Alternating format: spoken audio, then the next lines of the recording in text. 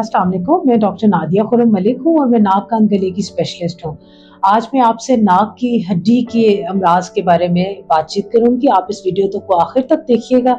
लगता है बाजार के खाने बहुत खाते हो। जी डॉक्टर साहब, मैं ये मेडिसिन प्रिस्क्राइब कर रहा हूँ, वो आप ले लें। अब कोई भी मसला हो तो मरहम से डॉक्टर की ऑनलाइन कंसल्टेशन बुक करो, क्योंकि डॉक्टर से बात होगी अब घर पर। नाक की हड्डी जो है उसका 100% किसी की भी सीधी नहीं होती, परफेक्ट अल्लाह की ज़ात है जी। बाकी सब जो होता है, नाक की हड्डी जो जितने भी हम लोग हैं, हम सब की नाक की हड्डी थोड़ी बहुत टेढ़ी होती है।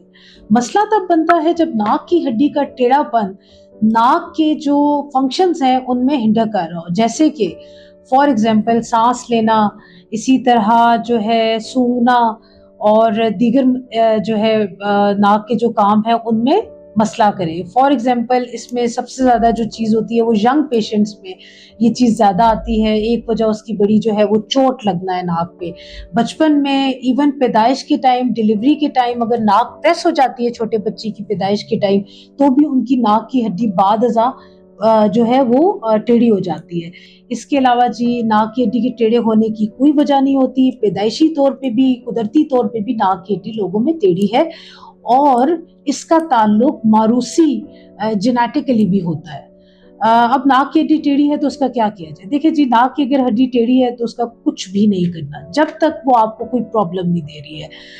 अगर आपकी नाक की हड्डी आपको मसला करे तो उसमें क्या अलामात होती हैं? सांस नहीं आता है, स्पेशली लेटते हुए। नंबर 2, रेशा वगैरह जो नाक में बनता है वो सारा का सारा गले में गिरता है और जिसकी वजह से केरा जिसे हम कहते हैं वो पैदा होता है। इसके अलावा नाक के बंद होने की वजह से आहिस्ता आहिस्ता जो है कान से सुनना जो है वो कम हो जाता है, स्पेशली वो कान जो नाक की हड्डी के टेढ़ेपन की वजह से अफेक्ट हो रहा हो, क्योंकि नाक कान और कान का इनका ताल्लुक जो है वो बहुत करीबी है। इसी तरह नाक के रेशा गिरने की वजह से गला भी खराब हो सकता है। तो ये सब वो मसाइल हैं जो हम हड्डी टेढ़े होने वाले मरीज को ऑपरेशन का, जिसके लिए हम मशवरा देते हैं।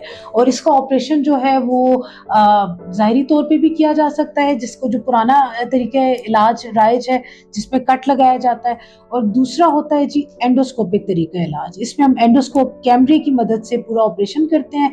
इसमें नीम बेहोशी में और फुल बेहोशी में ये ऑपरेशन किया जा सकता है, महज सुन करके भी हो सकता है। और पूरी दुनिया में ये निज़ाम राइज है, ये ऑपरेशन का तरीका। और हम कोयटा शहर में एक्सक्लूसिवली जो है हम ये खिदमात अंजाम दे रहे हैं, एंडोस्कोपिक नोज सर्जरी, जिसमें DNS, nasal polyps, even lateral nasal nerve की कॉटरी, और जो कि हमारे जो एलर्जी वाले मरीज होते हैं उनमें भी हम ये प्रोवाइड करते हैं। और ये सब एंडोस्कोपिक तरीका इलाज से किया जा रहा है, कोई ज़ाहिरी तौर पे कट नहीं आता।